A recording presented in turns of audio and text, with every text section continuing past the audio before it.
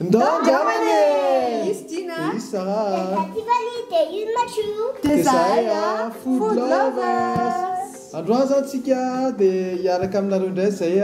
anao chasse aux œufs miaraka amin'ny Tiffany sy Mathieu satria efa akaiky ny bac. Tahoary!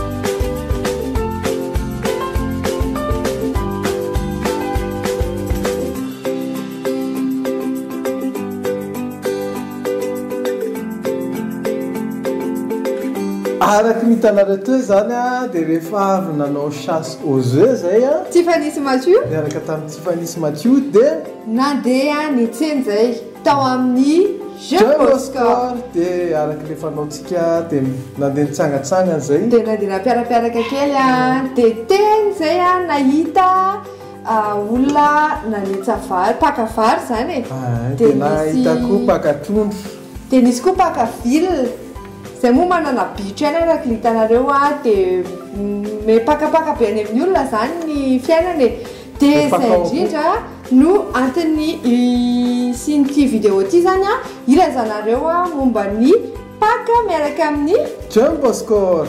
Nisy lalao zay karakarahan'ny Jean Bosco zany lalao paka fa amin'ny 16 avril tongava metsena any amin'ny point de vente Jean Bosco eraky Madagasikara fa misy cadeau tsara tarehy surprise be mety ho azonao raha toa ka ianao no tratra amin'ny 1.20 eo amin'ny kesy ahoana tsara fandehany ny fandeha no azavaiko tsara misy ny fisarihana zany ny numéro de caisse rehetrarehetra ao amin'ny Jean Bosco dia ho sarihana amin'ny 1.20 atoandro ny 16 avril ka izay kesy voasarika ka ianao no eo amin'ny kesy amin'ny 1.20 pile amin'ny 16 avril tadidy zay 16 avril dia ianao no mahazo ny loka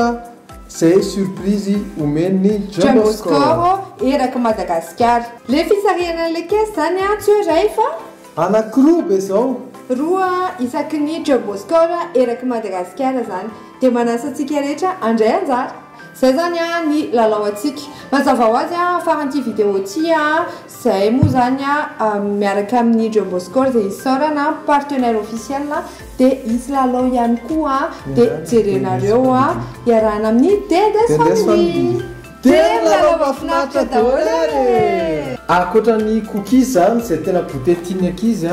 dia tao amin'ny tsena tao amin'ny Carrefour dia misy ihany koa ny sakafo patsa moa zany vaovao atao amin'ny Dedes Family dia sady ampanaoviny andao-andramana ihany izy manahoana tsy be le produit patsa andao-andramana